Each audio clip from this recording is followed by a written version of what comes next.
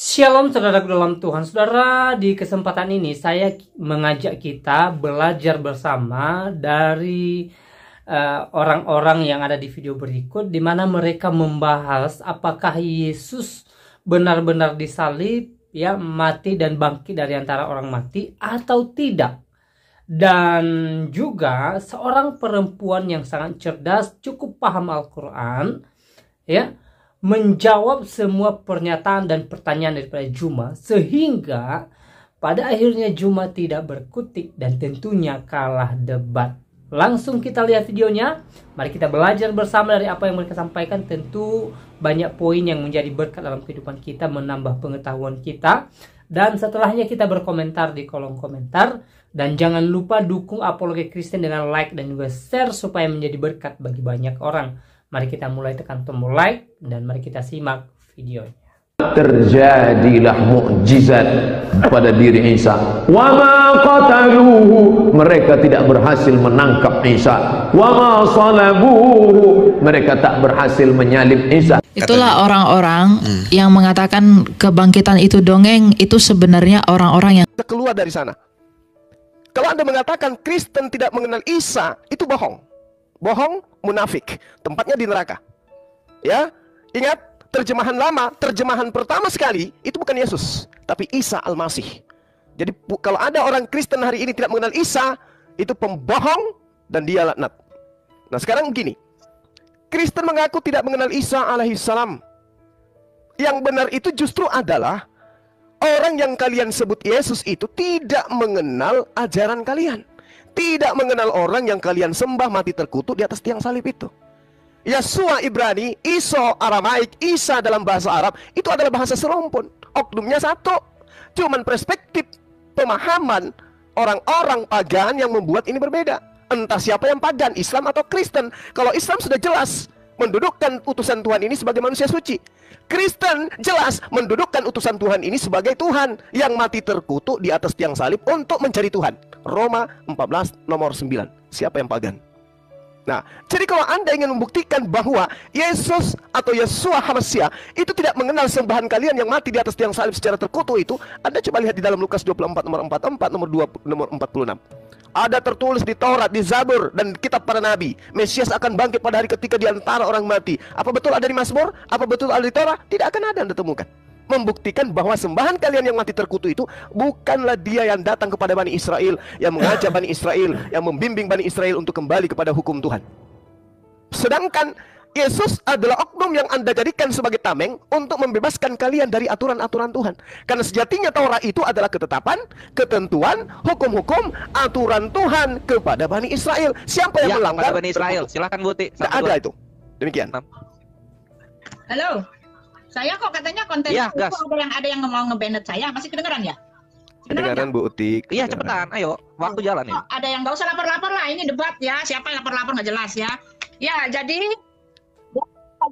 saya nggak bilang Isa bukanlah Yesus ya. Karena apa? Karena penggambaran ya. Nabi Muhammad mengharapkan ya, Nabi Muhammad bermaksud untuk menyatakan Isa adalah Yesus ya, karena dia menggenapi apa yang tertulis di dalam kitab perjanjian baru ya, 2 Petrus 2, bahwa dialah pemimpin yang menentang penguasa yang telah menebus mereka itu ya. Dikatakan di dalam Al-Maidah 71, 72, 73 dikatakan bahwa telah kafirlah orang yang mengatakan Isa adalah Tuhan. Telah kafirlah orang yang mengatakan Isa salah satu dari yang 3. Tetapi penggambaran tentang Isa yang dia sebut namanya salah pun itu salah. Karena tadi saya sudah mengatakan Isa bukanlah Yesus ya, jadi terserah Anda. Ketika Anda menggadang-gadangkan Isa adalah seorang nabi yang dimuliakan, itu di pihak Anda, silakan saja. Kami tidak perlu tahu siapa itu Isa. Apakah dia itu tokoh fiktif atau apakah dia itu tokoh beneran yang pernah ada, yang pernah hidup, itu terserah Anda karena itu iman Anda. Tetapi ketika Anda mengatakan bahwa Isa adalah Yesus, kami harus menjawabnya bahwa jelas Anda itu salah ya. Karena Yesus di dalam Alkitab kami jelas adalah Tuhan. Ya, karena Yesus di tempat kami bukanlah Isa yang Anda maksud, karena dia tidak menerima kitab Injil. Yesus itu sendirilah, dia sendirilah itu Injil. Ya, Musa tidak menerima kitab Taurat. Lalu Daud juga tidak menerima kitab Zabur. Bahkan Bu Uti kemana? 25, 2 menit lagi. Innalillahi wa inna ilaihi rajiun. Bu Uti. Bu Uti. Gimana ini? Halo? Buti Sip, kenapa? Buti silakan diulang dari 25 sampai ke 27.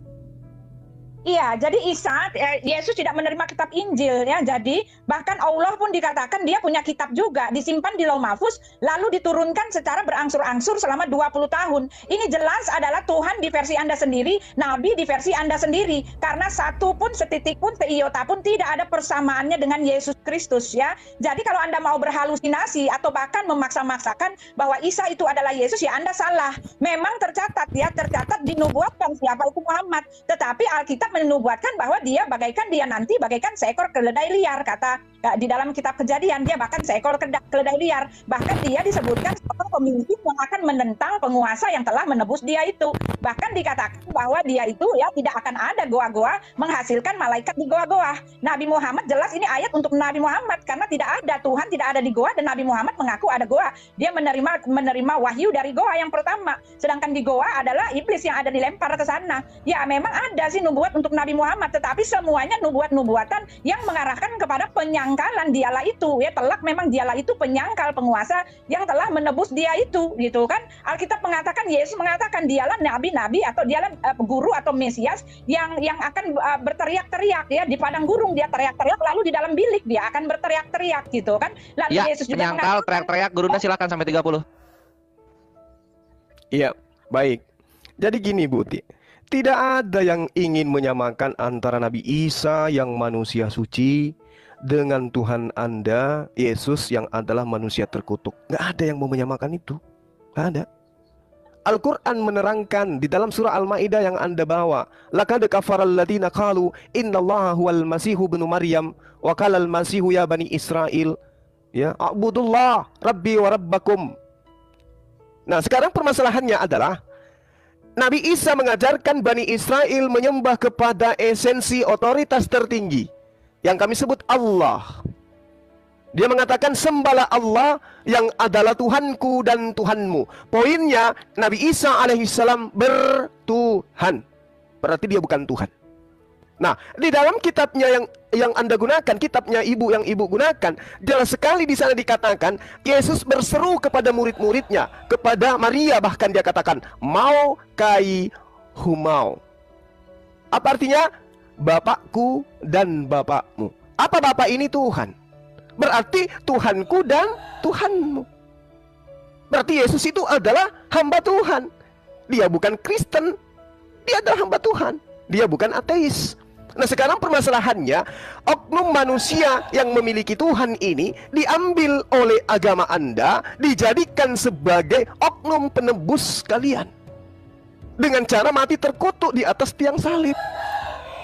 Ya. Jadi bagaimana mungkin kemudian Anda ini bisa membandingkan orang yang terkutuk itu sebagai Nabi Isa? Nggak bisa. Nabi Isa alaihissalam adalah Nabi utusan Allah yang suci baik di dunia maupun di akhirat. Sementara di Anda, Yesus itu adalah manusia terkutuk. Terkutuk itu artinya orang yang dilaknat. Di mana perginya orang yang terkutuk? Neraka. Jadi Tuhan yang Anda jadikan, manusia yang Anda jadikan Tuhan itu adalah isi neraka. Bahkan di dalam pengajaran dia, Yesus, di dalam Matius 5, orang yang meniadakan hukum Taurat dan mengajarkan kepada orang lain, maka dia akan menempati tempat terendah di kerajaan langit. Iya, tempat terendah di neraka. Silakan, Bu Uti, sampai 30. Silakan Anda bantah.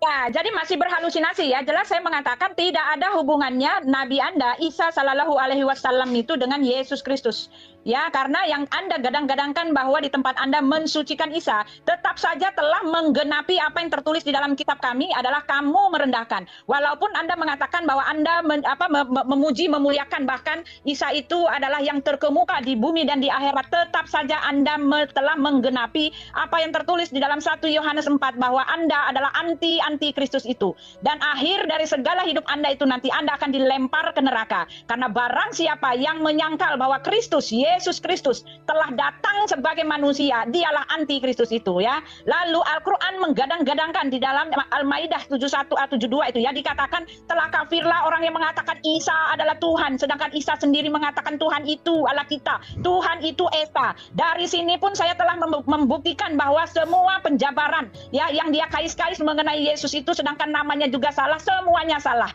Karena Yesus tidak pernah mengatakan Tuhan itu Allah kita, Tuhan itu Esa. Markus 12 ayat 29 itu tidak mengatakan bahwa Yesus mengatakan Tuhan itu Allah kita. Itu jelas adalah pernyataan dari Nabi Musa. Nabi Musa lah yang mengatakan Tuhan itu Allah kita, Tuhan itu Esa. Dan Yesus menyebutkan itu karena disuruh membacanya dan disuruh membahas apa itu hukum yang terutama. Sedangkan di situ di dalam Markus 12 jelas Yesus menunjukkan bahwa dia Tuhan. Karena hukum yang pertama, kasihilah Tuhan Allahmu, ditambahkan begitu saja oleh Yesus yang menjadi hukum yang kedua, kasihilah sesamamu manusia. Karena di dalam Ulangan 6 itu jelas dikatakan bahwa yang membuat ketetapan itu adalah Elohim, disampaikan kepada Musa. Lalu Yesus menambahkan ketetapan itu, ya. Alkitab menyatakan bahwa hanya Tuhan yang menyampaikan ketetapan. Dan pertanyaan kepada saya, kenapa bisa-bisanya salah total, ya kan?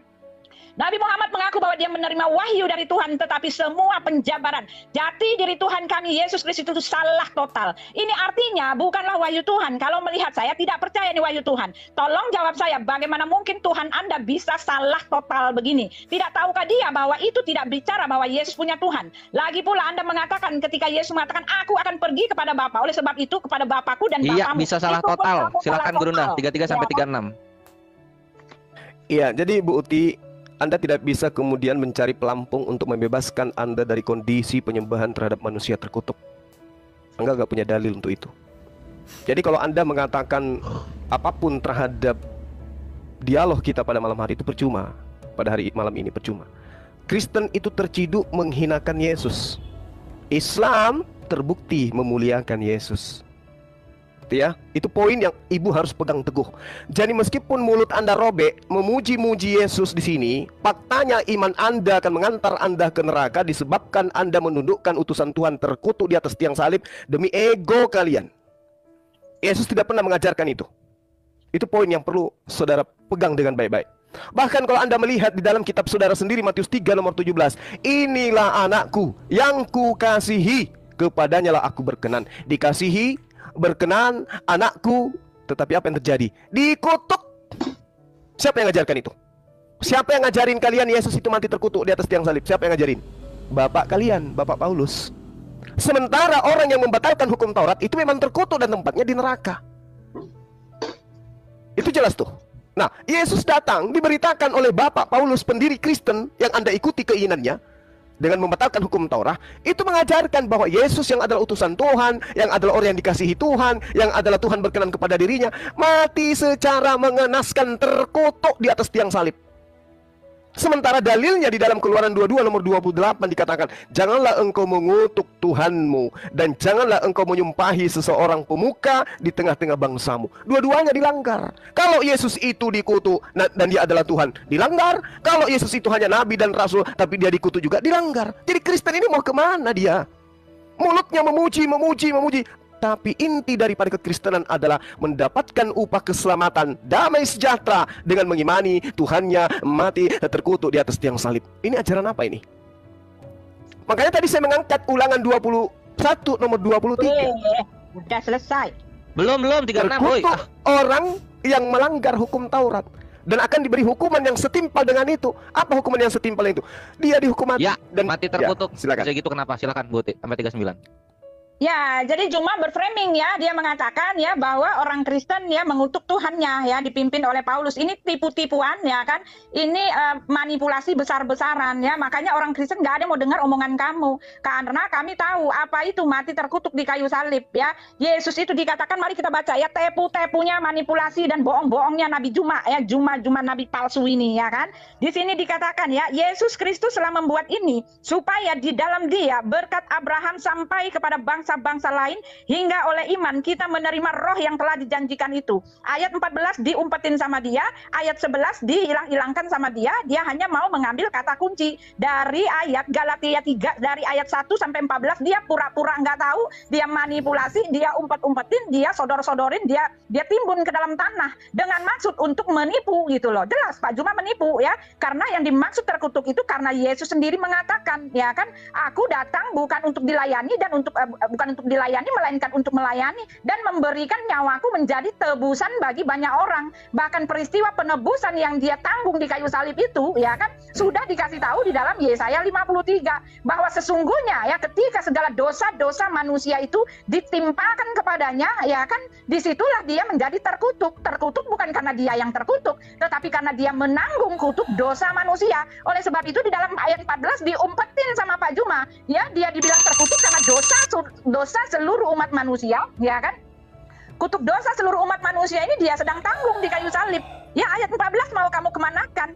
Ya, itu dia ya. Jadi ini bohong habis-habis gitu ya. Jadi saya mau nanya ya, tolong jawab saya. Ya, kenapa Allah tidak tahu ya bahwa apa yang dia terangkan mengenai Yesus ini salah semua? Dari mana dia mendapatkan info ya kan bahwa di dalam Markus 12 itu adalah perkataan Yesus? Kenapa dia nggak tahu? Ini jelas bukan Tuhan. Ini hanya seperti orang yang hanya mendapat kabar burung gitu loh. Ya, bagaimana mungkin dia mengatakan Isa itu adalah Yesus, di tempat kamu Isa itu dia menerima kitab Injil. Ya kan, di tempat kami dia itu adalah Tuhan. Dan yang lebih parah dari itu adalah kamu mengatakan kamu memuliakan Nabi Isa. Ya silakan saja. Nabi Isa yang mana kami tidak kenal. Ya, karena kalau dibilang ini bukan wahyu Tuhan kalian marah. Tetapi kalau dibilang ini bukan wahyu Tuhan. Kenapa nggak tahu kenapa salah semua yang ada di Al-Quran mengenai Yesus itu, Gurunda? Silahkan. Sampai 42. Oke, baik. Jadi gini, Buti. Kalau Anda mengatakan Yesus itu tidak mengajarkan Injil, Al-Quran salah. Tapi jelas, di dalam kisah Rasul, bukan kisah pendeta, atau kisah gereja, atau kisah orang-orang Kristen, tapi kisah Rasul katanya. Udah tinggi kali levelnya kitab Anda ini. Dikatakan, mulailah Filipus berbicara dan bertolak dari nas itu. Ia memberitakan Injil Yesus kepadanya. Jadi yang diberitakan ini bukan Injil Lukas, Injil Markus, Injil Matius, tapi Injil Yesus. Kenapa ada Injil Yesus? Karena kenapa? Yesus memberitakan dia menerima firman. Segala firman yang engkau berikan kepadaku telah kusampaikan kepada mereka. Aku tidak berkata-kata dari diriku sendiri, apa yang aku katakan adalah apa yang diperintahkan oleh Tuhan untuk katakan kepada mereka. Berarti Yesus menerima pengajaran. Berarti Yesus menerima hikmat. Hikmat Injil. Mana Injilnya Yesus? Dilalap api dia. Entah kemana perginya. Al-Quran tidak pernah salah. Sekarang permasalahannya adalah Anda sudah melantik saya menjadi nabi meskipun Anda mengatakan saya nabi palsu. Nah, ini efek ketika menuhankan manusia terkutuk. Perkataannya pun selalu keluar kata-kata yang mencerminkan orang kena kutukan gitu. Lalu kemudian ibu mengatakan saya melakukan framing. Framing apa yang saya lakukan? Anda ingin membawa Galatia 3 nomor 14. Apa yang Anda ingin jadikan sebagai pelampung di sana? Nggak ada. Yesus Kristus telah membuat ini. Apa itu? Membuat apa? Membuat hukum Taurat itu batal. Siapa yang ngajarin? Siapa yang ngajarin Paulus nulis kayak gini? Sementara Yesus mengatakan dalam Yohanes 7 nomor 49, terkutuklah semua orang, terkutuklah orang banyak ini yang tidak mengenal hukum Taurat. Mengenal aja terkutuk, apalagi membatalkan. Kucuk. Muncul bapaknya orang Kristen bernama Paulus, membawa nama Yesus. Teman-teman, hukum Tuhan yang datang kepada Bani Israel itu sudah batal, teman-teman. Dengan cara Yesus yang dibunuh oleh tentara Romawi itu adalah Tuhan yang mati terkutuk di atas tiang salib. Romawi Yunani tepuk tangan. Ore. Yahudi gimana? Tertawa lihat itu. Makanya Galatia ini tidak ditujukan kepada orang Yahudi. Kan orang Yahudi tahu konsep Tuhan. Galatia ini diperuntukkan untuk non-Yahudi yang suka makan babi, yang tidak bersunat. Tepuk tangan mereka. Makanya yang kita bahas ini adalah Tuhan terkutuk dan makhluk yang diutus dalam kadar yang suci. Yang dibahas ini Tuhan terkutuk dan makhluk yang diutus itu. Silakan. Iya. Dan satu lagi, host Anda memblokir adik saya. Udah. Host memblokir adik saya sehingga beliau nggak bisa melempar singa di sini. Tadi Anda sudah dikasih singa loh padahal. Kejam kali si Billy ini. Apa kejam? Ya, Bill jangan gitu dong, Bill. Jangan ini. Silakan Buti. Blokir, dia blokir. Jahat si penjahat ini. Sudah dapat singa blokir orang lagi dia. Parah, Billy. Dikasih singa loh.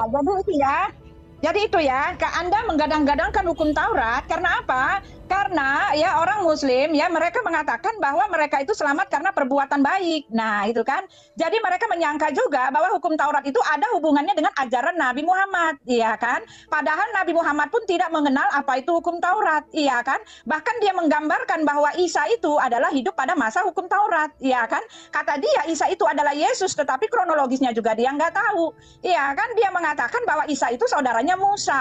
Iya kan, Musa yang memberikan hukum Taurat, yang menerima hukum Taurat itu. Bagaimana ini cerita bisa kalang kabut begini, jumpalitan? Kalau ini adalah dari Tuhan, bagaimana Anda bisa percaya bahwa ini dari Tuhan? Menyalahkan sejarah yang ada. Sedangkan di dalam Hud 120 dia mengatakan, dia ada pada sejarah-sejarah di kitab-kitab yang terdahulu dan itu adalah kebenaran. Sedangkan di dalam Taha, di dalam ya, Taha 133, bukti-buktinya ada di kitab-kitab terdahulu. Tetapi ketika dikomparasi data benar bahwa ini hanyalah berita burung. Bagaimana mungkin dia mengatakan bahwa hukum Taurat Isa itu ada di masanya Musa? Oleh sebab itu ya, dari ketidaktahuan ini jelaslah ya, hukum Taurat itu tidak dikenal di dalam Al-Qur'an. Bahkan Nabi Muhammad sama sekali tidak penurut hukum Taurat ya. Hampir 10 perintah hukum Taurat di Gunung Sinai dilanggar semua. Tidak ada tepat-tepatnya dengan Nabi Muhammad. Itu artinya bahwa dia tidak tahu apa itu hukum Taurat. Itu artinya bahwa kalian hanya mengais-ngais, ya kan? Perbuatan baik ini kalau begitu kayak hukum Taurat. Itu pikir kalian. Ya, jadi kalian memaksakan supaya Isa itu betul-betul adalah seorang nabi, ya, supaya Yesus yang kalian gadang-gadangkan Isa itu adalah betul-betul sebagai seorang nabi, ya, yang seperti tertulis di dalam kitab kalian. Akhirnya kalian menyerang-nyerang Paulus. Karena Paulus lah yang mengatakan bahwa kita selamat bukan karena hukum Taurat. Nah, dari sini pun kalian tidak mengerti. Untuk hukum Taurat itu apa maksud penurunan hukum Taurat, kalian tidak tahu. Saya mau kasih tahu kamu, hukum Taurat itu diberikan untuk mengenal ya. Hukum Taurat itu diberikan, bahkan Raja Ya, Daud kalian mengatakan, mengais-ngais Taurat dan juga mengemis-kemis. Silakan Gurunda, sampai 48. Tunggu, Kores. Oh, jadi begini, kita nggak usah banyak framing di sini ya. Tadi kalian bilang apa tadi? Sesudah dapat Ya, singa. kamu blokir orang, adik saya kamu blokir setelah Siapa kamu yang dapat blokir? singa. Udah, lanjut. Siapa yang dapat Oke. singa? Siapa yang diblokir? Udah, sabar. Tunggu, siapa yang Al-Quran dapat singa, siapa surah yang diblokir? Al-An'am ayat Ya, 91. tunggu dulu, cuma Kamu- selesaikan dulu. Janganlah kau framing. Kamu jangan mencret dulu. Kamu jangan mencret dulu. Kau duduk santai aja di situ belajar, ambil Udah lah, ini poin. waktu Catat kepotong yang saya Bil, sampai katakan. 48 ini. Waktu saya sekarang. Enggak, tunggu dulu. Al-Quran apaan sih, Bli? Saya tanya, Bli. siapa yang dapat singa, siapa yang diblokir? Udah, kau tahu dah Kamu itu. Udah. Apa aku perlu share screen? Mana Udah, ada singa? nggak perlu. 46 sampai 49 Gurunda. Iya, oke. Enggak, Saya maksudnya mulai di ya. sini yang dapat singa berapa? Udah. Di sini baru 30k, makanya Udah, jangan Bil. mengada-ada. Saya Udah, nggak Bil. butuh. 30k itu dari mana kamu dapat 30k itu? Woi, 30 itu singa, Bre. koin.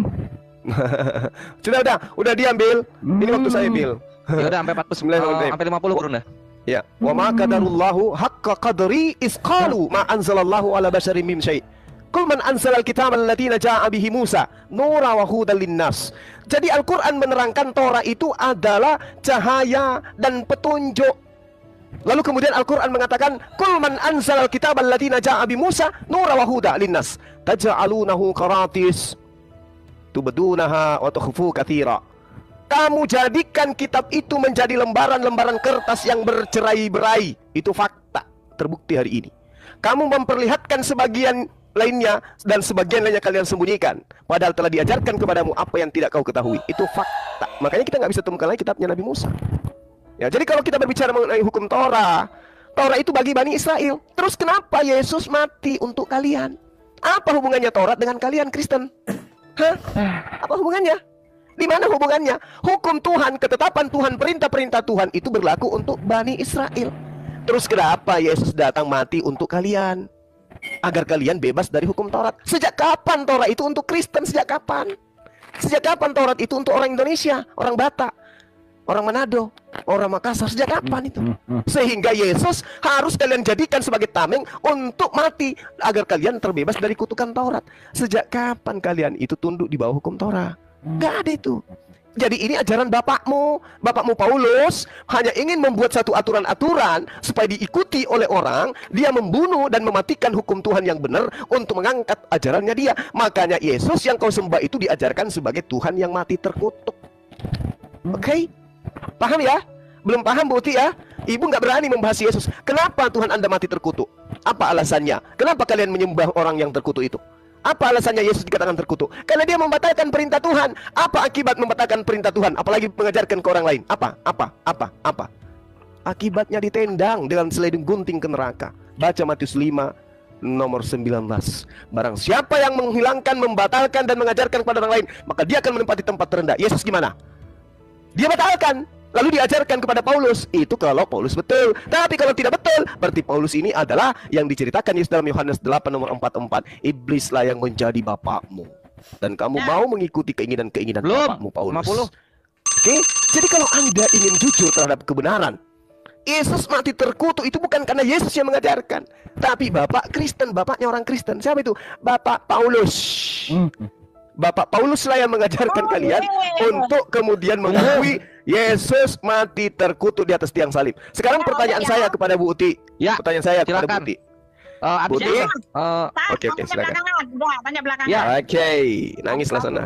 Ya, jadi Bagaimana nggak terjawab ya, tidak terjawab, terjadi kesalahinfoan, tidak terjawab, terjadi salah dengar, tidak terjawab, terjadi unkronologis ya, historical, unkronologis, unpersonal ya, yang ditujukan personal, yang ditujukan juga salah, dan tidak terjawab kenapa kalian, apakah kalian itu mengamalkan hukum Taurat atau tidak ya, karena saya tadi sudah mengatakan bahkan Muhammad melanggar hampir seluruh ya 10 hukum Taurat di Gunung Sinai itu tidak dilaksanakan oleh Nabi Anda ya. Dikatakan ya, jangan menyebut nama Tuhan Allahmu dengan sembarangan, tetapi Al-Quran menyatakan sebutlah nama Allah ya sebanyak-banyaknya, ya kan ya, jangan mengingini istri bersamamu, tetapi Nabi Muhammad melanggar itu ya kan. Jangan menyembah Allah yang lain di luar Allah Abraham, Allah Ishak, Allah Yakub, tetapi Nabi Muhammad jelas mengatakan aku diperintahkan untuk menyembah Tuhan yang ada di negeri ini, negeri Arab gitu ya. Jadi jelas ya, untuk hukum Taurat pun di dalam Al-Quran meraba-raba ya kan, hanya cucokologi,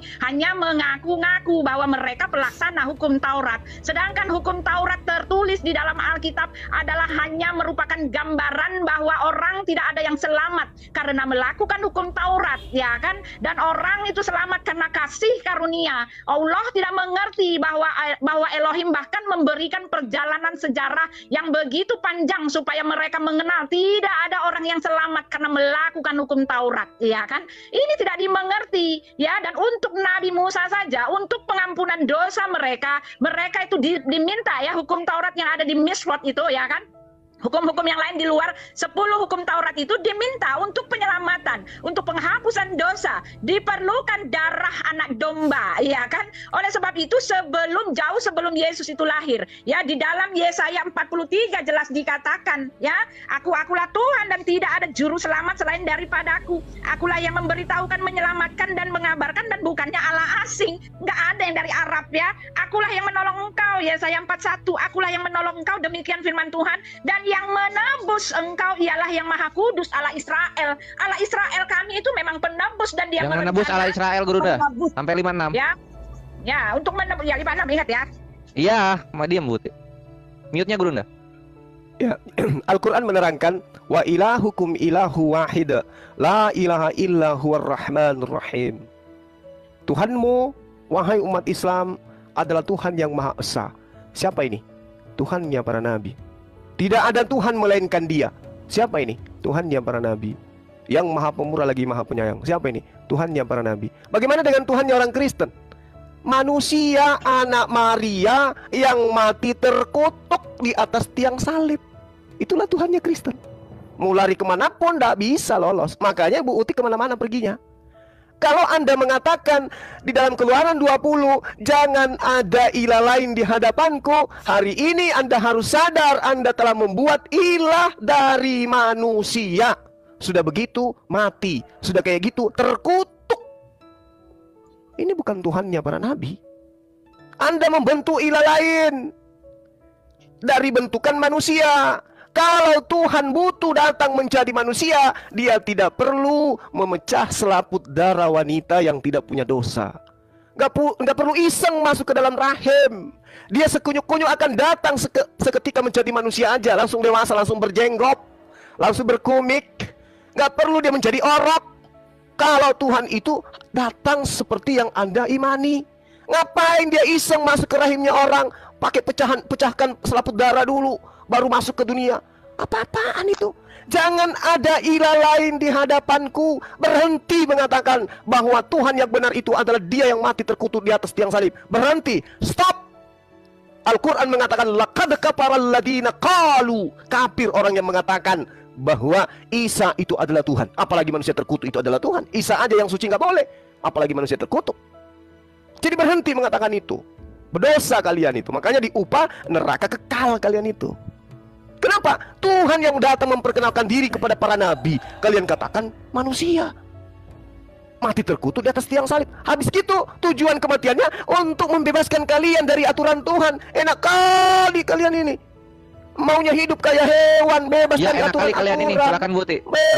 Kenapa nggak jadi kambing? Inilah ya. Ya, lanjut. Pertanyaan saya, kamu harus jawab Pak Juma. Bagaimana mungkin Allah tidak tahu semua? Ya, saya udah bilang Allah tidak tahu apa itu hukum Taurat sehingga nabinya sendiri telah melanggar itu, bahkan mengajarkan kalian untuk melanggar hukum Taurat. Ya, hukum Taurat mengatakan jangan menyebut nama Tuhan Allahmu dengan sembarangan. Nabi Muhammad mengatakan sebutlah asma Tuhanmu sebanyak-banyaknya, ya kan? Nah, hukum Taurat mengatakan jangan mengingini ya istri sesamamu manusia. Nabi Muhammad mengambil istri mantunya sendiri. Ini melanggar, bro, ya. Jangan menyebut nama. Ya, lalu dikatakan ini ya, jangan ada padamu ilah lain daripada aku ya, selain Allah Abraham, Allah Ishak, Allah Yakub ya. Di luar itu adalah berhala. Jangan menyembah Tuhan. Di mana? Saya baca aja nih ya. Ya, di luar itu adalah berhala loh. Yang dikatakan oleh Nabi Muhammad, aku diperintahkan untuk menyembah Tuhan yang ada di Arab ini, yang ada di Mekah ini. Bukan Allah Israel, bukan Allah Ishak, bukan Allah Yakub. Jelas dia menentang itu semua.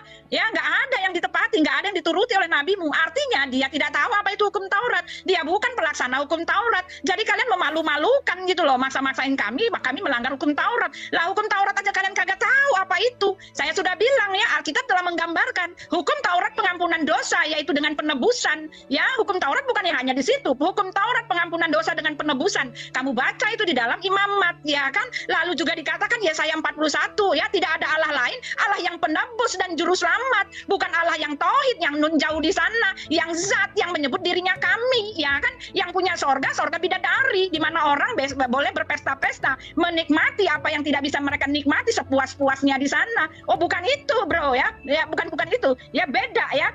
Jadi pertanyaan saya, kamu harus jawab, saya salah atau tidak? Ya, hukum Taurat yang mana yang diikuti oleh kalian? Ya, di dalam di dalam Mazmur 49, Raja Daud saja telah mengatakan dia selamat bukan karena melakukan hukum Taurat, dia selamat karena dia diselamatkan. Ya, Musa mengajarkan, ya, orang selamat pengampunan dosa dengan darah, ya, dan hukum Taurat itu dengan darah. Oleh sebab itu Yesus mengatakan, aku datang bukan untuk meniadakan itu, tetapi untuk menggenapinya. Hukum Taurat pengampunan dosa yang sudah dia genapi, sehingga dia mati terkutuk di kayu salib itu, ya.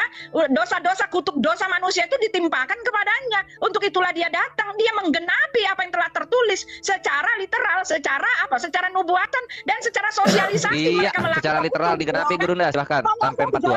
Jawab dulu, kenapa Nabi Muhammad melanggar semua perintah hukum Taurat? Kenapa? Oke, silakan Gurunda. Mute-nya dibuka. Iya. Jadi baginda Rasulullah Muhammad SAW itu tidak pernah mengutuk Tuhan. Gak pernah mengutuk Tuhan dengan mengatakan Tuhannya Musa menjadi manusia mati di atas tiang salib. Gak ada itu. Rasul Muhammad SAW itu mengajarkan wajawazna bibani Israel bahara fatau ala qaumi ya'kufun ala asnam lahum qalu ya Musa ja'al lana ilahan kama lahum aliha qala innakum qaumun tajhalun. Tidak ada ajaran baginda Rasul Muhammad SAW itu mengutuk Tuhannya Abraham, gak ada. Apalagi mengutuk ajaran yang datang kepada mereka, nggak ada. Yang ada adalah kaumnya Nabi Musa yang terkutuk, seperti yang membuat Tuhan dalam bentukan manusia itu manusia terkutuk. Bahkan di dalam pengajaran kalian, apa yang diterangkan oleh Al-Quran itu sampai setiap datang Nabi kepada mereka pasti diolok-olok. Nabi datang kepada mereka dikiranya Tuhan yang mati terkutuk di atas tiang salib. Al-Quran tidak akan pernah bisa Anda bantah. Kalau Anda sudah bisa baca kitab Anda dalam bahasa Yunani dan bisa membaca kitabnya orang Yahudi yang Anda gunakan dalam perjanjian lama bahasa Ibrani, baru boleh bicara mengenai Al-Quran. Kalau Anda hanya manusia terjemah, belum level Anda membahas Al-Quran. Sekarang permasalahannya adalah sembahan Anda yang masih terkutuk itu kenapa? Kenapa dia harus mati terkutuk? Nenek yang dari mana yang mengajarkan itu? Tuhan yang mana yang mengajarkan aku akan datang menjadi manusia, menjadi kutu untuk membebaskan pemakan babi dari kutukan aturanku sendiri? Mana ada ajaran kayak begitu? Justru perintahnya wajib. Ya, wajib, nggak boleh tidak. Ulangan 11 nomor 1, wajib taat kepada perintah Tuhan. Yesus 1 nomor 7, wajib taat kepada perintah Tuhan. Loh, dari mana kalian mengatakan bahwa perintah Tuhan, ketetapan Tuhan, aturan Tuhan, hukum Tuhan itu adalah kutuk? Nenek keturunan yang keberapa yang ngajarin itu? Sementara Yesus yang kalian fitnah terkutuk mengatakan, terkutuklah orang yang tidak mengenal hukum Taurat. mengenal aja terkutuk, apalagi tidak melaksanakan. Kalau Anda mengaku, kalau Anda nyamar-nyamar, kalau Anda mengatasnamakan kalian itu penerus Bani Israel. Ya, kalau Anda nyamar-nyamar jadi Bani Israel. Silakan. Silakan. Sampai Ya, 5. jadi Pak Juma nggak bisa jawab ya. Ya, kenapa Nabi Muhammad melanggar semua perintah hukum Taurat, ya kan? Kamu kemana-mana jawabnya, ya kamu lari. Mengapa Yesus harus mati terkutuk? Sudah dibilang, dia tidak terkutuk dan Rasul Paulus tidak mengutuknya, karena yang dimaksud terkutuk itu Yesus sedang menanggung kutuk dosa. Dan saya udah bilang, Tuhan yang benar itu yang penebus dan juru selamat. Justru dialah yang merencanakan untuk menebus umatnya dengan mengutus firman-Nya, iya kan? Ya, lalu kamu mengatakan kalau ini ya, kamu mengatakan ya Muhammad tidak mengutuk. Ya memang iya, Muhammad tidak ada mengutuk Tuhannya, tetapi Muhammad menyamakan dirinya dengan Tuhannya. Ya kan, nggak ada perbedaan antara kamu dengan nabimu, ada antara Tuhanmu dengan nabimu, nggak ada. Ya, bagaimana kalian nggak bisa menjadi Islam kalau kalian itu ya membuat Nabi Muhammad itu hanyalah seperti seorang rasul. Bahkan tadi dikatakan Nabi Muhammad pun membuat ketetapan. Bahkan Nabi Muhammad itu katanya dia pemberi syafaat. Bahkan Nabi Muhammad itu dipuji-puji oleh malaikat-malaikat. Sedangkan Yesus sudah kasih tahu, ya kan, di dalam Lukas 6 ayat 16, ya kan dikatakan, ya kan, celakalah orang yang memuji-muji kamu. Sebab dengan demikianlah, celakalah orang yang memuji-muji kamu. Sebab dengan demikianlah telah diperlakukan nabi-nabi palsu yang mencuri penghormatan dari tuannya. Tuhannya sama derajatnya dengan nabinya. Bahkan Yesus mengatakan di dalam Yohanes 7 ayat 14, ya kan? Ya, apabila perkataan itu berasal dari dirinya sendiri, tentulah dia mencari hormat bagi dirinya sendiri. Ya, kehormatan kemuliaan hanyalah untuk nabi. Bahkan kalian tidak dianggap beriman kalau kalian tidak memuji-muji nabi. Malaikat memuji-muji, Tuhan pun memuji-muji. Ya memang iya, Nabi Muhammad tidak mengutuk Yesus karena dia tidak tahu arti kutukan itu. Ya, dia mengatakan bahwa telah kafirlah orang yang mengatakan Isa adalah Tuhan. Dia nggak tahu apa-apa gitu loh. Ya, soal penebusan dia nggak tahu gitu kan. Soal apapun tentang kami, kekristenan salah semua yang digambarkan di dalam Al-Quran. Al-Quran itu bukan referensi tentang Alkitab. Oh, salah semua. Anda boleh berhadapan dengan saya unjukin semuanya. Nggak tahu apa-apa kalian, termasuk nabimu sendiri nggak tahu. Jadi jangan sama-samakan ya Isa dengan Yesus. Oh, enggak, beda. Yesus itu adalah Tuhan, memang dia adalah Tuhan. Tuhan yang sudah dinubuatkan, sudah dikasih tahu bahwa Elohim itu dia adalah penebus dan juru selamat. Ya, dia mengatakan iya, tolong dijawab Brunda, silakan. Kenapa Torahnya salah semua di Al-Quran? Sampai 8. Mute-nya. Oke. Jadi gini Bu Uti, kalau Anda mengatakan salah semua dalam Al-Quran, itu ajaran dari mana? Itu karena Anda tidak mengerti Al-Quran. Sekali lagi, Anda belum level untuk bahas-bahas Al-Quran. Ilmu Anda setai kuku untuk membahas Quran pun tidak cukup. Ya nggak cukup. Membaca kitab Anda sendiri aja dalam bentuk original teks Anda nggak mampu, cuma bisa koar-koar, entah apa-apa yang Anda bilang. Tapi hanya terjemah. Aku miris gitu loh. Ya, Al-Quran mengatakan tentang Taurat. Qala ya Musa, inni istafaituka 'alan nasi birisalati wa bikalami. Fahusma ataituka wa kum minasyakirin.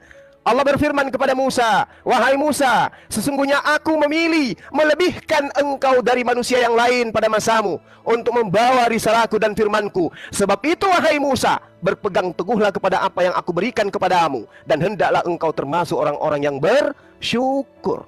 Lalu apa kata Allah? Wa katabna lahu fil alwa. Itu perintahnya. Apakah hanya sampai di situ? Tidak. Allah memerintahkan agar kemudian Nabi Musa menjelaskan, menuliskan, menorehkan agar kaumnya berpegang teguh kepada apa yang diperintahkan oleh Allah, berkesesuaian dengan 1 Raja-Raja 2 nomor 3. Perintah Tuhan agar tunduk kepada aturan mainnya Tuhan. Dan itu untuk Bani Israel. Itu yang diterangkan Al-Quran. Bahwasanya Nabi Musa harus kemudian menerangkan hukum-hukum Tuhan kepada kaumnya. Min kulli syai' mau'izatan wa tafsila likulli syai' fahusha biquwwati. Itu sangat jelas tuh. Qaumaka ya'khuzu biahsaniha. Sorry. Jadi jelas sekali Nabi Musa diperintahkan agar dia meneguhkan kaumnya agar taat pada perintah hukum Taurat. Kaumnya, bukan kepada kalian. Begitu juga dalam kitabnya orang Yahudi, Yeremia 31 nomor 33. Aku akan memasukkan hukum Taurat ke dalam batin setiap Bani Israel. Lah kalian bukan Bani Israel, Piero, kecuali nyamar-nyamar. Waspadalah kepada serigala yang nyamar seperti domba. Non-Yahudi yang nyamar seperti Yahudi. Itu kalian. Iya, kalian ngapain pakai Torah bukan Bani Israel? Silakan Buti. Ya, Sampai 1. jadi gitu ya. Ya, Nabi Muhammad mengatakan bahwa Isa diberikan kitab Injil, gitu kan. Lalu dia mengatakan bahwa Musa juga diberikan kitab Taurat. Nah, kitab Taurat yang diberikan kepada Musa inilah yang diajar-ajarkan oleh Pak Juma, ya kan. Taurat yang diberikan langsung gedebuk dari langit ya kepada Pak Juma, yang Pak Juma ceritakan ini, ya. Dia menerima kitab Taurat gitu kan. Lalu ajarannya entah dari mana, karena Pak Juma sendiri sudah mengatakan bahwa Taurat itu sudah nggak ada. Jadi jelas artinya hanyalah ajaran halusinasi mengenai Musa, yang meraba-raba Musa yang mana ya, yang temenan sama Khidir gitu kan. Bingung kalian ini, Taurat yang mana ini yang dimaksud ya. Karena kalau Taurat yang dimaksud, yang digadang-gadangkan, dikais-kais lagi di dalam perjanjian lama, ternyata nggak cocok dengan tabiat teladannya, yaitu Nabi Muhammad, karena dia melanggar 10 hukum itu gitu kan. Jadi kalian kebingungan, nggak usah lah bawa-bawa Taurat, kalian kagak tahu ya kan. Di dalam imamat sendiri nih ya, apa nih saya mau bacakan kepada kamu ya, hukum Taurat pengampunan dosa itu kamu nggak tahu, dan nabimu nggak tahu yang begini-beginian ya kan. Nih ya, di dalam imamat 6 ya, hukum Taurat, hukum korban penghapus dosa ya kan. Tuhan berfirman kepada Musa demikian, katakanlah kepada Harun dan anak-anaknya, inilah hukum tentang korban penghapus dosa. Di tempat korban bakaran sembelihan, disitulah harus disembelih korban penghapus dosa di hadapan Tuhan. Nah, Alkitab sendiri mengajarkan penghapusan dosa itu dengan penebusan. Lalu kalian mengatakan yang menebus kalian itu adalah orang kafir ya kan. Orang-orang mukmin itu ditebus oleh orang kafir. Ini pun salah skala konsep, karena manusia tidak bisa menebus manusia. Orang berdosa tidak bisa menebus orang berdosa. Padahal di dalam imamat itu yang menebus adalah darah dari domba yang tambun, darah dari domba yang sehat. Itu menggambarkan Yesus yang bisa menebus manusia itu adalah Tuhan sendiri, karena darahnya adalah kudus gitu kan. Kalian mengajarkan ya, menebus, Allah mengajarkan menebus diri kalian itu dari dosa-dosa kalian supaya masuk surga itu dengan menebusnya dengan amal ibadah kalian. Tetapi di dalam kitab Taurat, kitab perjanjian lama, Raja Daud sudah bilang, ya amal ibadah kamu itu bagaikan hewan yang digelinding masuk ke dalam kerajaan maut. Baca itu di dalam Mazmur 49. Jadi terjadi yang segabrul-gabrulnya kesalah mengertian tentang memaknai Injil Alkitab ya kan. Jadi jangan kamu gadang-gadangkan, Al-Quran bukan referensi Alkitab. Ya, menebus dosa manusia itu pakai darah Tuhan. Silakan Guruna sampai 14. Allahu Akbar. Buti mau lari kemana ibu ini? Mau cari pelampung di Al-Quran? Nggak bisa. Al-Quran nggak bisa membantu Anda. Anda nggak bisa membaca Quran. Jadi bagaimana mungkin kemudian Anda berbicara tentang sesuatu ilmu yang Anda nggak tahu? Itu namanya bullshit. Boleh kalau di internal kalian, boleh Anda bawa-bawa Quran. Di Al-Quran mau diterangkan begini, di Al-Quran mau begini, begono. Baca coba. Nggak bisa. Ya lalu ngapain Anda ngomong kayak gitu? Ini kita sedang membahas Tuhan Anda mati terkutuk di atas tiang salib. Al-Quran datang meluruskan. Dia bukan Tuhan, dia Nabi utusan Tuhan. Lalu Anda mengatakan manusia tidak bisa menebus manusia. Lah, jadi yang dilahirkan Maria itu si Opo, bukan manusia itu. Itu manusia. Yang meskipun kemudian oleh Romawi menganggapnya 100% juga pada manusia itu ada unsur keteosan, ada unsur kedewaan, ada unsur ketuhanan. Pinjam-pinjam bahasa Quran, ada unsur keilahian. Wah, parah ini agama. Lalu kemudian Anda mengatakan yang menebus adalah Tuhan itu sendiri. Wey, Tuhan menebus itu dengan cara mengutus para nabinya, agar nabinya mengajarkan syariat, bagaimana cara menghapus dosa. Syariatnya Musa dan syariatnya Yesus sama. Cara menebus dosa dengan cara hewan kurban. Yesus mengajarkan penebusan dosa dengan hewan kurban. Di mana dalilnya? Matius 8 nomor 4. 4. Orang timur bilang 4. Baca itu kitab. Jangan cuma doktrin Paulus terus yang dijagokan. Persembahkanlah persembahan sama seperti Musa. Musa mempersembahkan apa kata Torah? Hewan. Berarti Yesus memerintahkan kaumnya mempersembahkan korban hewan. Kenapanya Tuhan yang jadi korban? Ajaran dari seberang Anda bawa-bawa mengatasnamakan Taurat. Ya. Jadi kalau Anda mengatakan Tuhan sendiri yang harus menebus dosa, jadi yang Anda maksud Tuhan pencipta dan bumi itu mati terkutuk gitu. Ini ajaran apa? Maka pantaslah kalian itu kemudian kekal di neraka. Karena mulut kalian itu lebih parah daripada seekor ayam. Masakan Tuhan pencipta langit dan bumi mati secara terkutuk di atas tiang salib? Gak rasional banget sih ini Yesus agama. mengajarkan korban hewan, Matius 8:4, bukan korban Tuhan. Buti, silakan sampai 17. Ya, jadi katanya Yesus mengajarkan korban hewan, tetapi dia pura-pura nggak tahu ya. Yesus bahkan mengatakan ya bahwa anak manusia nih ya di dalam Matius ya, Yesus mengatakan bahwa anak manusia itu akan diserahkan kepada tua-tua dan akan dibunuh ya untuk menebus dosanya. Yesus bahkan menyebutkan aku datang bukan untuk dilayani, tapi untuk menjadi tebusan bagi banyak orang. Jadi dia bohongin kita ya teman-teman ya. Dia berbohongin kita. Itu ajaran dari kamu mengenai Tuhan saya, padahal kamu nggak tahu apa-apa. Lalu kamu mengatakan karena saya nggak tahu terjemahan. Lah kamu juga nggak tahu kok. Hampir seluruh 80% orang muslim cuma bisa baca arti kagak tahu ya. Buntut-buntutnya dari tadi yang kamu pakai kalau kamu membawa Al-Quran yang kamu terangkan ke saya juga adalah terjemahannya kok gitu kan ya. Jadi jangan nyala-nyalain bukan karena terjemahannya yang salah, tetapi ajarannya ini loh yang harus kamu teliti ya kan, sebelum kamu nanti dilempar oleh Yesus karena kamu sudah masuk dalam kategori ya anti Kristus. Itu udah jelas dikatakan di situ ya kan.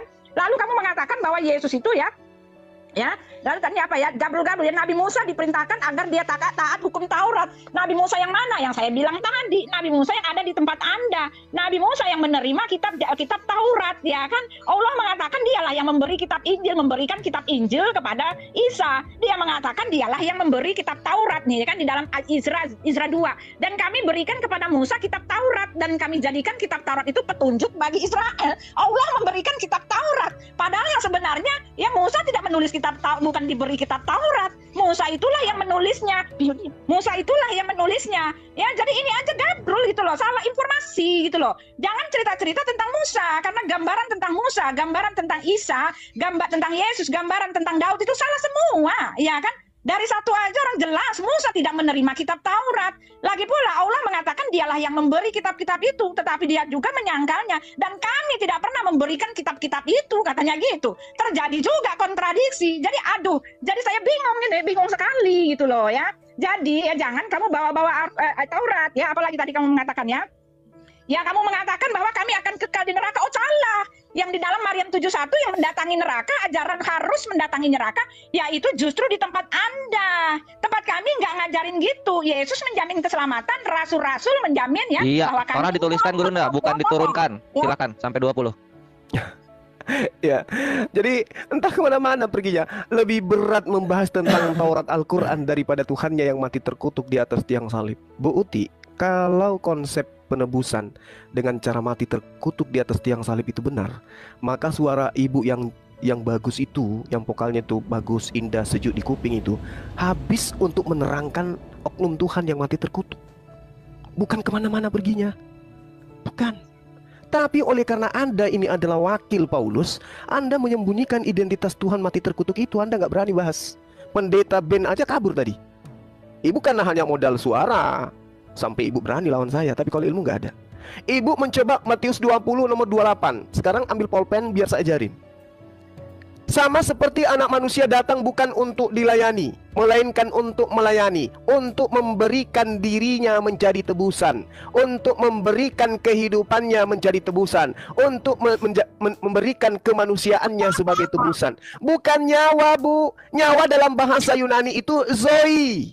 Sementara original teks nyawa di kitab yang Anda gunakan itu adalah pesuke. Pesuke itu artinya diri sendiri, jasmaninya, tubuhnya yang dia berikan. Dia memberikan apa? Materi, waktu, semua diberikan oleh Yesus untuk mengajarkan kepada Bani Israel. Bukan nyawa. Mati di atas tiang salib itu ajaran dari mono. Di situ dikatakan bukan zoe tapi pesuke. Pesuke itu adalah batin atau dirinya sendiri. Artinya dia mengabdikan diri kepada Bani Israel, mengajak Bani Israel untuk bersungut-sungut siang malam menyembah kepada Tuhannya Bani Israel, bukan mati di atas tiang salib. Itulah pentingnya belajar original teks supaya paham isi kandungan yang ada sesungguhnya. Jangan mau diperbodoh dengan terjemahan. Bagaimana Anda bisa mengetahui terjemahannya itu sudah benar kalau tidak membaca original teksnya? Kalau saya membaca original teksnya, supaya orang yang ngerti tentang bahasa yang digunakan Al-Quran itu bisa menegur saya ketika saya keliru menerjemahkan. Nah sekarang kalau menerjemahkan kayak begini, padahal original teksnya tidak begitu, gimana ceritanya? Siapa yang mau ditegur sekarang? Masa orang Muslim yang mengajarkan Anda kitab Anda sendiri? Nah kayak gitu Bu Uti. Nah sekarang saya katakan, kalau Anda mengatakan manusia tidak menebus manusia, iya, terjadi salah terjemahan, harusnya itu suke. Ya, Suke bukan nyawa. Silakan Bu Uti. Sampai 23. Ya, ini pun adalah tepu-tepu lagi ya. Dia mengatakan tebusan itu bukan nyawa ya. Sedangkan di dalam Al-Qur'an di Sahih Muslim berapa tuh? 169 ya jelas dikatakan ya bahwa di hari kiamat nanti ya orang-orang Yahudi ya akan dilempar ke neraka sebagai tebusan ganti nyawanya untuk orang-orang mukmin ya. Nah, di sini pun salah informasi mengenai makna penebusan. Ya masa iya manusia berdosa menebus orang manusia berdosa. Sedangkan Alkitab kami menyatakan yang bisa menebus manusia itu adalah Tuhan dengan darahnya yang suci. Darah itu adalah lambang pentahiran, darah itu adalah lambang pencucian dosa gitu ya. Jadi hanya dengan darah yang suci. Oleh sebab itu dia mengutus firman-Nya untuk menjadi manusia supaya di dalam diri darahnya yang suci itu semua orang bisa ditebus. Ya, lalu dia mengatakan bukan nyawanya. Lalu kamu mengumpet-ngumpetkan ayat Yohanes 10, ya kan? Ayat 17, Bapa mengasihi aku oleh karena aku memberikan nyawaku, katanya. Yesus memberikan nyawanya kok untuk penebusan itu kok. Ya, jadi omongan kamu tuh omongan gak ada isinya. Kamu mengatakan saya nggak tahu Al-Quran, ya tahu banget lah. Orang udah lama banget dari dulu, gue juga dari sana. Walaupun gue nggak pinter bahasa Arab, tapi doktrinnya gue tahu jelas gitu loh, tahu banget gitu kan. Ya, lalu kamu mengatakan ya, ini apa lagi tadi ya? Aku nggak berani bahas gitu kan. Aku nggak berani bahas, tetapi Yesus sudah bahas kamu nih ya. Ya, dikatakan itu ya. Matius nih dikatakan di sini nih. Ya, Matius 16 ayat 21. Matiin dulu itu ya. Matius 16 ayat 21 sampai 23. Sejak waktu itu Yesus mulai menyatakan kepada murid-muridnya bahwa ia harus pergi ke Yerusalem dan menanggung banyak penderitaan dari pihak tua-tua, imam-imam kepala dan ahli-ahli Taurat, lalu dibunuh dan dibangkitkan pada hari yang ketiga. Tetapi Petrus menarik Yesus ke samping dan menegur dia, katanya, Tuhan, kiranya Allah menjauhkan hal itu. Hal itu sekali-kali tak akan menimpa engkau. Maka Yesus berpaling dan berkata kepada Petrus, nyala iblis, engkau suatu batu sandungan bagiku. Ya kan? Sebab engkau bukannya memikirkan apa yang dipikirkan Allah, melainkan apa yang dipikirkan manusia. Jadi kamu yang menolak peristiwa tebusan itu, kamu itu dari iblis. Yesus sudah bilang begitu. Dia akan mati menyerahkan nyawanya. Bahkan dia mengatakan, akulah gembala yang baik. Gembala yang baik menyerahkan nyawanya bagi domba-dombanya. Dan itu sudah dinubuatkan di dalam Yeremia, ya kan? Bahwa Elohim itu sendirilah yang akan menjadi gembala. Ya, jadi jelas inilah ajaran dari kitab kami. Dan ini tidak diketahui sama sekali gitu loh di dalam kitab Anda. Ya, Yohanes 10:17 tetap nyawa Gurunda. Silakan sampai 26. Buti, tadi saya sudah menjelaskan harusnya ibu itu berterima kasih gitu. Di situ bukan nyawa, Bu. Oke? Tapi dirinya. Di situ dikatakan suki, bukan dikatakan zui. Cobalah belajar jujur terhadap kebenaran. Supaya Anda itu bisa mendapatkan ilmu itu, keselamatan gitu ya. Anda menjajakan manusia Yesus terkutuk di atas tiang salib demi untuk Anda bebas dari ajaran Taurat. Anda payah. Taurat itu untuk Bani Israel. Jadi nggak usah Yesus itu capek-capek mati terkutuk untuk Anda, nggak usah. Yesus mati tidak mati, tetap aja Anda bebas dari hukum Taurat. Lah Anda bukan Bani Israel. Ayo. Apakah Bani Israel menerangkan bahwasanya hukum Taurat itu untuk Anda? Untuk non-Yahudi? Tidak. Yesus aja menyebut non-Yahudi itu sebagai guguk. Lah kalian siapa? Nah sekarang gini, ketika Anda membawa narasi Al-Quran, manusia, khususnya umat Islam itu akan mendapatkan 2 kali lipat surga. Kenapa? Karena surganya orang Kristen sudah diberikan kepada kami. Karena kosong dia, nggak ada penghuninya. Waliman khafa maqama rabbih jannatain. Dan bagi siapa yang takut akan Allah, akan saatnya menghadap kepada Allah, baginya ada 2 surga. Kenapa ada 2 surga? Karena satu surga yang disediakan untuk Bu Uti itu kosong. Orangnya ada ke neraka, mengambil bagian yang ada di neraka. Surganya ditinggal, maka umat Islam yang menggunakan itu. Begitu juga umat Islam sudah disiapkan kapling di sana. Orang-orang semua manusia diciptakan sudah ada kapling nerakanya. Tapi karena dia beriman, maka dia tidak mengisi kaplingnya di sana. Dia mengisinya di surga. Nah, yang mengisi kaplingnya adalah Kristen. Makanya Kristen mendapatkan neraka 2 kali lipat, bahkan berlipat ganda. Qala likulli di'afun walakin la ta'alabun. Qala dakhulu fi umami qad khalat min qablikum minal jinni wal insi finnar. Orang-orang kafir masuk ke dalam neraka. Likulli di'afun. Mereka mendapatkan neraka 2 kali lipat. Nerakanya dilipat gandakan. Kenapa? Karena umat Islam semuanya ke surga, nerakanya kosong. Yang mendapati dan menempati neraka kosong itu adalah Kristen. Berarti mereka mendapatkan 2 kali lipat. Kami mendapatkan surga 2 kali lipat. Dalil di Al-Quran, waliman khafa maqama rabbih jannatan. Oke? Jadi dua surga buat kami. Karena kosong, empunya nggak ada. Empunya pergi ke neraka. Iya, sikap surganya yang Kristen kosong, surganya Islam 2 kali kita dapat. Silakan Buti sampai Oke, 29. lanjut. Ya, jadi dari awal sampai akhir semuanya halusinasi, yaitu kan versinya Al-Quran yang tidak mengerti konsep penebusan, saya bilang, yang nggak mengerti konsep hukum Taurat, yang nggak mengerti konsep semua tentang kekristenan. Dia bilang Musa menerima kitab Taurat, dia bilang Isa menerima kitab Injil, dia bilang Daud menerima kitab Zabur, lalu Allahnya sendiri punya kitab sendiri. Jadi jelas gabrol semua. Kalau mau digambar-gambarkan, disanding-sandingkan dengan kekamian gitu loh. Ya, kamu mengatakan bahwa kami mau ikut-ikutan masuk ke tempat kamu. Allah sudah mendiskreditkan orang Yahudi itu katanya, ya kan? Orang Yahudi Nasrani yang maksudnya adalah kami-kami ini, ya kan? Ya, dia mengatakan punya Tuhan sendiri. Mereka tidak akan senang sampai mereka mengikuti ajaran, sampai mereka mengikuti agama mereka, kata Allah. Allah mengatakan dia adalah Tuhan kami gitu kan, tetapi dia juga mengatakan Tuhannya orang-orang Yahudi itu mereka punya Tuhan sendiri. Jadi terdapat kontradiksi di mana-mana. Dia mengatakan dia tidak pernah memberi kitab-kitab gitu, tetapi dia mengatakan akulah kamilah yang memberi kitab kepada Musa, kepada Isa, kepada Daud gitu loh ya. Jadi aduh, nggak bisa dipegang gitu loh. Kamu mau pegang yang mana? Ya, ketika dikatakan bahwa kamu itu punya 2 sorga ya, tetapi kamu harus nabrak juga dengan Maryam 71. Kamu semua harus mendatangi neraka. Kamu mengatakan Muhammad selamat, tapi kamu harus nabrak sendiri dengan hadisnya sendiri. Dia ngaku kok dia nggak selamat kecuali atas ridho Allah. Lalu ridho Allah apa yang harus kalian cari? Yaitu dengan beramal. Lalu balik lagi, orang tidak selamat dengan amalnya. Lalu dengan apa lagi? Dengan beramal. Lalu tidak selamat dengan beramal. Muter-muter di situ. Buntut-buntutnya semua harus mendatangi neraka. Lalu ada penghiburan, dikatakan bahwa kalian akan diselamatkan dari api neraka. Tapi nabrak lagi. Dikatakan juga bahwa orang kalau udah di neraka dia kekal di sana. Lalu kalau di sorga dia kekal di sana. Lalu apa yang harus kamu harapkan? Jadi maksud saya, ya silakan saja kamu mengimani. Tapi kalau udah masa-masa bilang Tuhan kami terkutuk, kamu itu telah menggenapi gitu loh apa yang tertulis di dalam kitab kami. Kamu itulah antikristus itu Pak Juma ya. Jadi jangan bawa-bawa Alkitab. Yesus itu tetap Tuhan karena sudah dinubuatkan. Lalu kalian juga mengais-ngais Ya, gitu. Gurunda antikristus karena Yesus tetap Tuhan. Silakan Gurunda sampai 32. Iya, makin jauh ini ya penyembah makhluk terkutuk. Mengenai Islam Bu Uti, surga itu sudah jelas adalah tempat yang diwariskan Allah kepada kami. Ulaika humul warithun alladzina yarithunal firdaus hum fiha khalidun. Kekal di dalam surga Firdaus. Siapa itu? Yang mendirikan sholat. Siapa mendirikan sholat? Umat Islam. Lalu di mana orang kafir itu pergi? Neraka. Di mana ayatnya? Walladzina kafaru wa kadzdzabu bi ayatina ulaika ashabul nar hum fiha khalidun. Orang-orang kafir dan mendustakan ayat-ayat kami, orang-orang yang mendustakan ayat kami, mereka itu penghuni neraka. Mereka kekal di dalamnya. Selamat. Oke? Selamat merasakan api neraka. Oleh karena itulah kemudian saya ngangkat tema ini supaya ibu tersadarkan. Nabi Isa itu di dalam Al-Quran manusia suci. Anda nggak mau tahu. Yang penting Tuhan kami Yesus terkutuk. Itu yang Anda ingin mau, yang Anda mau. Saya polanya adalah untuk menyelamatkan Anda. Yesus itu adalah manusia suci. Enggak. Yesus itu adalah Tuhan yang datang mati secara terkutuk. Tapi ibu malu untuk mengkaji itu.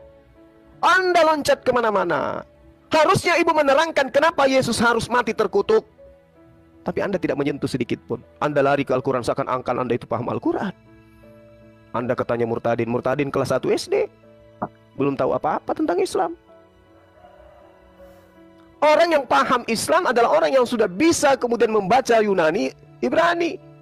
Lalu menyalah-nyalahkan Al-Quran. Karena dia sudah tahu esensi kebenarannya. Tapi kan Anda tidak bisa baca Yunani Romawi. Tapi bawa Al-Quran. Itu namanya tong kosong besar kepalanya. Kan gitu. Nah, kalau Anda itu betul-betul mengajarkan kebenaran, silakan, berani tidak Anda membahas Yesus yang mati terkutuk itu versus Nabi Isa yang manusia suci? Nggak berani kan? Lari kemana-mana ibu. Faktanya Yesus mati terkutuk. Kenapa dia mati terkutuk? Karena dia membatalkan hukum Taurat. Apa hukumnya orang yang membatalkan hukum Taurat? Neraka. Jadi jangan mimpi. Kalau Paulus itu benar, Nabi Paulus Anda itu benar, maka Yesus adalah manusia yang akan menempati tempat terendah di dalam kerajaan Tuhan. Apa itu? Neraka. Tapi kalau Yesus itu benar seperti dalam Al-Quran, dia orang Yesus suci, akan menempati Paulus kerajaan pembohong. terendah di sorga, yaitu neraka. Gitu. Silakan Buti sampai 35. Ya, jadi ya, saya udah bilang tadi, nggak usah bilang saya nggak tahu apa-apa, Pak. Saya udah bilang ya, semua penggambaran dari kalian itu halusinasi kalian semua, ya. Konsep penebusan, jangan bilang saya takut membahas konsep penebusan. Enggak, saya nggak takut. Justru saya bilang kalian yang nggak ngerti.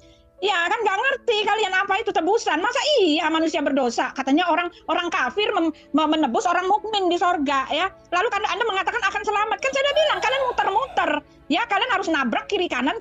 Orang Muhammad sendiri sampai sekarang pun kalian harus doakan supaya selamat gitu loh ya. Hadis Sahih Muslim 2414 bersumber dari Abu Hurairah. Beliau Rasulullah berkata, mendekatlah dan berusahalah benar. Ketahuilah bahwa setiap orang di antara kalian tidak bakal selamat karena amalnya. Para sahabat bertanya, ya Rasulullah, tidak juga engkau? Rasulullah berkata, tidak juga aku, kecuali bila Allah melimpahiku dengan rahmat dan karunia-Nya. Nah, Nabi Muhammad mengharapkan rahmat. Rahmat bisa kalian peroleh dengan pahala, cari amal. Tetapi udah dikasih tahu, amal nggak bisa menyelamatkan. Akhirnya muter-muter. Bahkan Nabi Muhammad mengatakan satu hasta saja sudah menuju pintu sorga. Tapi kalau takdir telah menentukan bahwa kalian harus masuk neraka, ya masuk neraka. Bahkan takdir sudah ditentukan 150 tahun sebelum kamu hidup. Dan kamu harus beriman kepada takdir. Dan bahkan Allah mengatakan bahwa Dia telah menghasung setan-setan untuk membuat orang-orang kafir buat dosa dengan sungguh-sungguh. Ya jadi ini kan gabrol muter-muter, jebakan Batman semua gitu loh ya. Jadi kamu jangan bilang saya nggak ngerti ya. Nggak perlu bisa bahasa Ibrani, bahasa Yunani ya. Standarnya masih ada. Kami punya data itu yang sah gitulah, itu sah.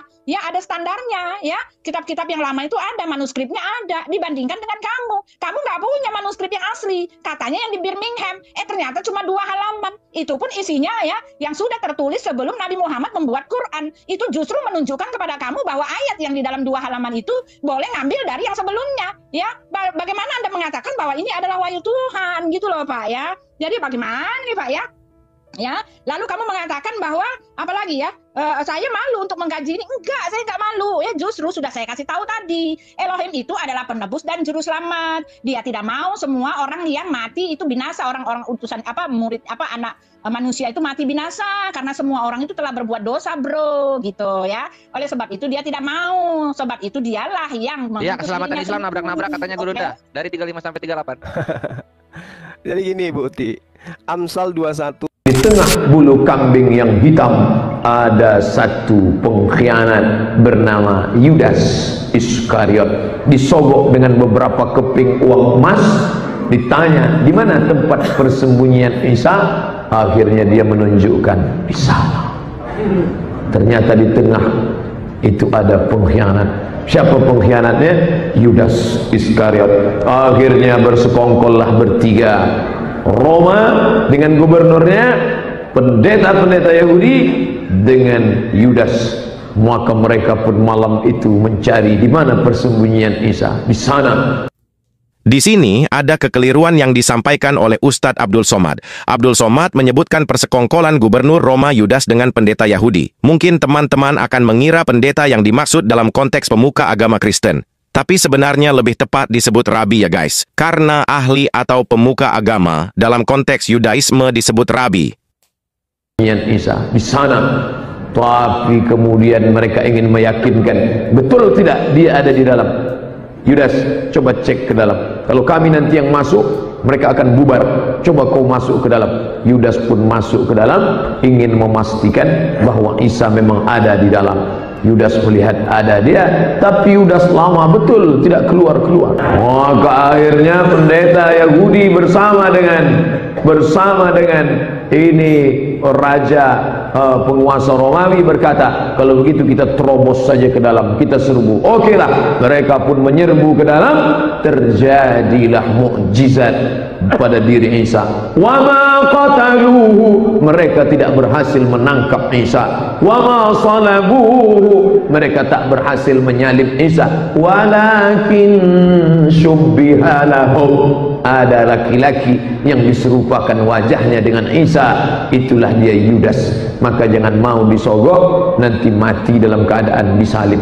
Nah, kalian bisa dengar Ustadz Abdul Somad sebut bahwa Yudaslah yang diserupakan wajahnya dengan Isa. Argumen ini terlihat sangat meyakinkan karena mendukung Al-Quran dalam surat An-Nisa ayat 157 mengenai orang yang menggantikan Isa dalam penyaliban. Namun pada faktanya, tidak ada sumber dalam Quran dan hadis yang menyebutkan secara eksplisit nama Yudas sebagai pengganti Isa. Bahkan dari tulisan sejarah pun tidak pernah mencatat nama Yudas sebagai pengganti Isa. Akhirnya ditangkaplah Yudas.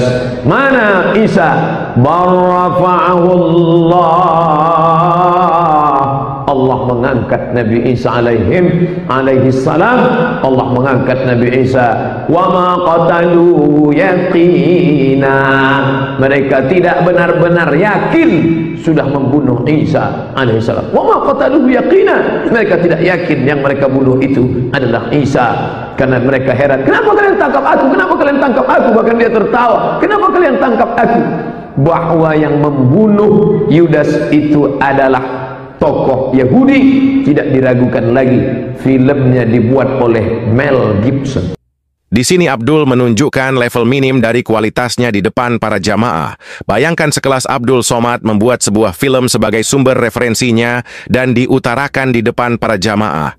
Sekali lagi untuk teman-teman, tidak ada tulisan dalam Quran dan hadis yang menyebutkan secara eksplisit nama Yudas Iskariot sebagai orang pengganti Isa dalam penyaliban. Tapi di sini kita coba berandai-andai saja. Katakanlah peristiwa orang yang menggantikan penyaliban Isa pada masa itu benar-benar terjadi. Pertanyaannya, apakah Allah menjadi aktor utama yang membuat banyaknya umat Kristen di dunia menjadi tersesat? Karena peristiwa penyaliban terjadi di abad pertama, dan 600 tahun setelahnya Allah baru mengatakan melalui Quran bahwa penyaliban Isa itu tidak benar karena telah digantikan oleh sosok lain. Bagaimana dengan nasib orang Kristen pada masa sebelum turunnya Quran di abad ke-7? Apakah mereka sekarang sedang dibakar dalam panas api neraka? Coba teman-teman di sini agar mencerna beberapa pertanyaan tadi dan utarakan di kolom komentar. Nah, sekarang kita dengar argumen dari Elia Myron yang menampar manusia yang tidak percaya penyaliban dan kebangkitan Yesus Kristus. Itulah orang-orang yang mengatakan kebangkitan itu dongeng, itu sebenarnya orang-orang yang kesandung oleh ketidaktahuannya sendiri yang mereka biarkan. Mereka sudah tidak tahu, tapi membiarkan dirinya tidak tahu, lalu merasa apa yang tidak ia cari itu menjadi sebuah pakem kebenaran. Itu adalah bukti kesombongan orang. Dia sudah tidak mencari, tapi dia menganggap, dia tidak mencari tahu kebenarannya, tapi ia menganggap itu benar. Nah, kebangkitan Yesus itu dongeng, kata orang-orang. Yes, kata orang. Sekarang kita tutup Alkitab. Kalau kita lihat tulisan para sejarawan di luar kekristenan, misalnya paling simpel Josephus Flavius, sejarawan Yahudi, dia mencatat kebangkitan Yesus. Padahal itu nggak ada hubungannya dengan kekristenan. Itu yang pertama. Itu di abad pertama, tulisannya Antiquities of the Jews. Di bagian ketiga, dia tulis itu. Satu tamparan keras dari Elia Myron kepada umat yang tidak mempercayai kematian kebangkitan Yesus Kristus. Elia di sini menyebutkan, kita tutup pun Alkitab. Sejarawan Yahudi pada abad pertama Masehi telah turut mencatat kematian dan kebangkitan Yesus Kristus. Di sini teman-teman bisa melihat bahwa kematian dan kebangkitan Yesus bukan semata-mata hanya klaim sepihak dari Alkitab. Bahkan sejarawan Yahudi yang tidak ada kaitannya dengan kekristenan turut memvalidasi peristiwa itu. Jadi, tidak ada lagi alasan yang menyebutkan Alkitab itu sudah dipalsukan dan tidak dapat dipercaya. Karena tanpa ada Alkitab pun, peristiwa kematian dan kebangkitan Yesus Kristus telah menjadi bagian dari sejarah dunia. Silahkan teman-teman semua bisa baca sendiri tulisan dari sejarawan Yahudi, yaitu Flavius Josephus, yang mencatat peristiwa kematian dan kebangkitan Yesus yang menggemparkan dunia hingga saat ini. Lalu, kematian rasulnya, kematian martirnya para rasulnya Kristus di bawah pemerintah Roma sampai sekarang masih ada catatannya. Masih ada ya. Jadi semua rasul itu memang mati menderita demi Kristus. Kalau mereka tidak melihat kebangkitan itu, mungkin nggak rela, mereka rela mati demi sebuah kebohongan. Enggak. Nah, ini yang mereka tidak pahami. Argumen Elia kali ini lebih memaksa agar umat yang tidak percaya bisa berpikir lebih logis. Yang mana kematian dari murid-murid Yesus semuanya mati karena martir. Di sini perlu digarisbawahi perbedaan. Mati martir dengan mati bundir karena agama. Di sini murid atau semua rasul dari Yesus Kristus mati menderita dan dianiaya. Beberapa dari muridnya misalkan Petrus yang rela disalib terbalik demi mempertahankan kesetiaannya kepada Yesus Kristus. Coba Anda tarik pada diri Anda sendiri, apakah Anda bersedia mati demi suatu kebohongan? Mereka murid-murid Yesus rela mati karena melihat kebangkitan dari Tuhan Yesus Kristus yang mampu mengalahkan maut itu sendiri. Jadi ketika mereka katakan kebangkitan itu hanya dongeng, mereka mengeluarkan pernyataan kebangkitan hanya dongeng, itu keluar dari ketidaktahuan mereka yang mereka biarkan dalam diri mereka sendiri. Gak ada literatur di abad pertama yang membantah kebangkitan Kristus. Coba tunjukkan kepada saya kalau ada. Dan sampai sekarang kubur Kristus kosong kan? Ya. Padahal itu peristiwa yang menggemparkan di zaman Romawi, karena ia adalah orang yang dipaksa tersalib sedangkan ia tak bersalah dan tidak layak menerima hukuman itu. Oke. Tacitus dari Roma menuliskan itu. Kita boleh simak apa yang dibahas dan dibicarakan oleh beberapa orang di video tadi. Mereka membahas terkait iman kekristenan. Dan pertama yang mau saya tanggapi adalah tentang pernyataan Ustadz Abdul Somad yang secara tidak langsung dijawab oleh Elia Miron, mengatakan bahwa Isa Al-Masih tidak disalib tetapi diserupakan. Nah, itu benar menurut keyakinan Ustadz Abdul Somad, tetapi hal itu kalau dikaitkan dengan Yesus Kristus maka sangatlah berbeda, karena Yesus Kristus di dalam Alkitab dijelaskan atau dicatat bahwa dia mengalami penyaliban, dia mati, dan di hari yang ketiga dia bangkit dari antara orang mati, dan setelahnya dia naik ke sorga. Artinya bahwa Yesus Kristus mengalahkan maut, menang dari maut, dan kisah itu dicatat di dalam Alkitab dengan lengkap, dengan jelas, sehingga saudaraku dalam Tuhan, tidak ada kebimbangan bagi kita sebagai orang Kristen bahwa Yesus adalah firman yang telah datang ke dunia ini menyelamatkan saya dan saudara, sehingga setiap orang yang percaya kepadanya tidak binasa melainkan beroleh hidup yang kekal. Itu poin pertama yang mau saya tanggapi, dan tentu kita terberkati dengan apa yang dijelaskan oleh Elia Miron secara tidak langsung menjawab pernyataan daripada Ustadz Abdul Somad di video tadi. Dan saudara dalam Tuhan, selanjutnya seorang perempuan yang cukup cerdas menjawab semua pernyataan dan pertanyaan Juma tentang iman kekristenan.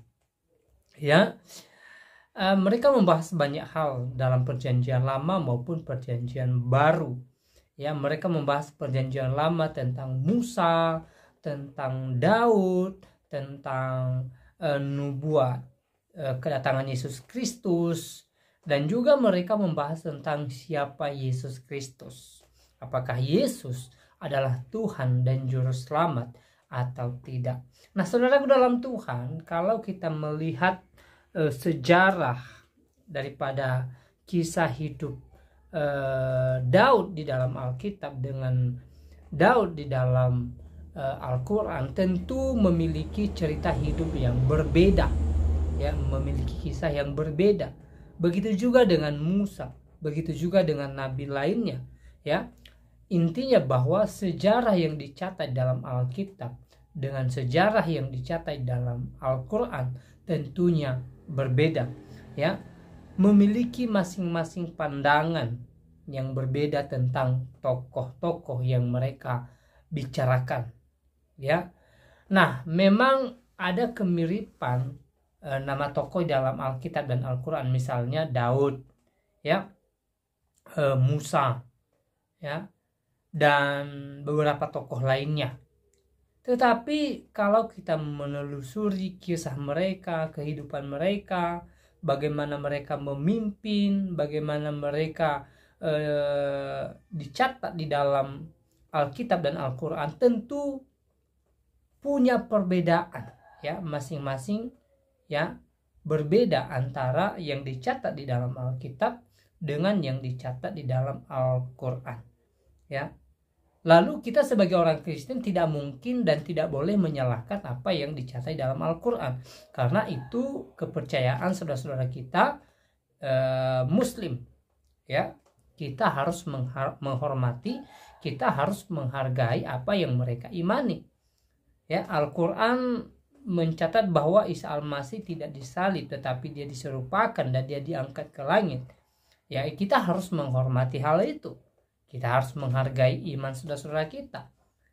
Tetapi tentu apa yang kita imani berbeda dengan apa yang mereka imani. Ya, mari kita fokus dengan iman kita. Iman kita adalah apa yang dicatat di dalam Alkitab. Kalau Alkitab mencatat Yesus adalah Tuhan, Yesus mengalami salib, Yesus mati dan bangkit di hari yang ketiga, dan setelahnya naik ke surga, maka kita sebagai orang Kristen wajib mengimani hal itu. Dan tentu kita tidak bisa memaksa orang lain atau agama lain untuk mengimaninya. Ya, kita tidak punya hak tentang itu. Ya. Hanya kita sebagai orang Kristen yang percaya bahwa yang dicatat di dalam Alkitab adalah firman Tuhan. Ya, dan tentu kita sebagai orang Kristen ya sangat percaya, sangat beriman tentang firman Tuhan yang dicatat di dalam Alkitab. Sekali lagi, mari kita menghargai keyakinan orang yang berbeda agama dengan kita. Ya, dengan itu kita sudah menjunjung tinggi yang namanya toleransi. Tetapi kita sebagai orang Kristen, kita harus yakin dengan iman kita sendiri. Nah, saudara dalam Tuhan, selebihnya seperti apa tanggapan saudara dari apa yang mereka bahas di video tadi?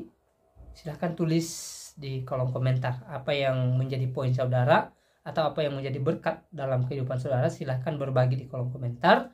Tuliskan komentar yang baik, yang positif, terutama komentar-komentar yang memuji memuliakan nama Tuhan dan yang memberkati kita sekalian. Hal yang terpenting adalah mari kita menjunjung tinggi nilai toleransi. Mari kita menghargai satu dengan yang lain walaupun dengan perbedaan yang ada, perbedaan agama, perbedaan suku, budaya, dan perbedaan lainnya. Ya, biarlah perbedaan ini menjadikan kita semakin rukun dan semakin damai. Saudara dalam Tuhan, saya tidak terlalu panjang lebar menyampaikan pesan video ini. Semoga video ini memberkati kita dan Tuhan Yesus memberkati kita semua. Shalom.